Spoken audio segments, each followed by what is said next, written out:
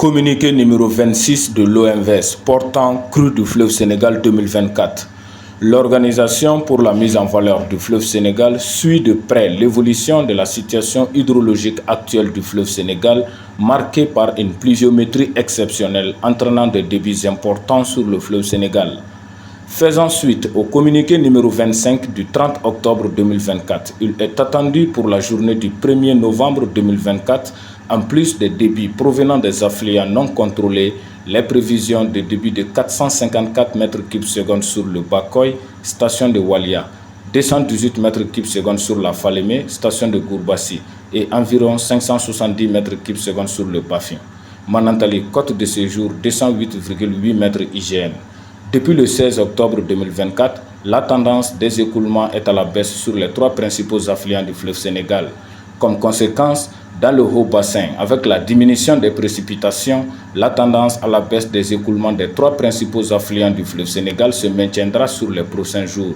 Dans la vallée et dans le delta, les niveaux d'eau en aval de la station de Kaïdi resteront au-dessus des cotes d'alerte et les inondations qui ont déjà eu lieu se poursuivront dans les zones habituellement inondables.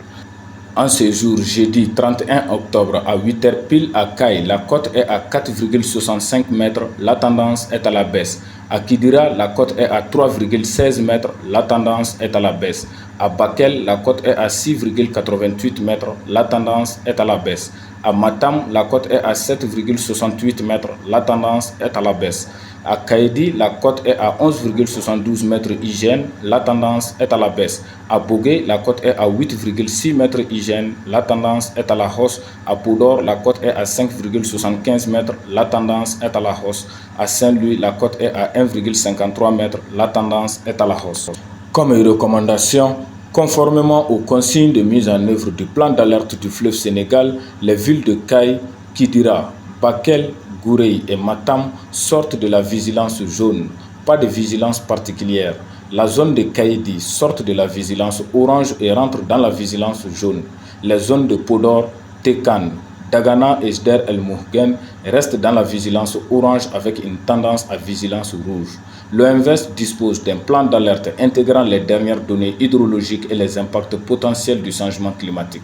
Ce plan, couvrant l'ensemble du bassin du fleuve Sénégal, comprend notamment des cartes des zones inondables pour différentes occurrences de crues, des seuils d'alerte spécifiques à chaque zone permettant de déclencher les actions préventives adéquates, un schéma de diffusion de l'alerte impliquant les autorités nationales et locales, les comités de lutte contre les inondations et les médias. Merci.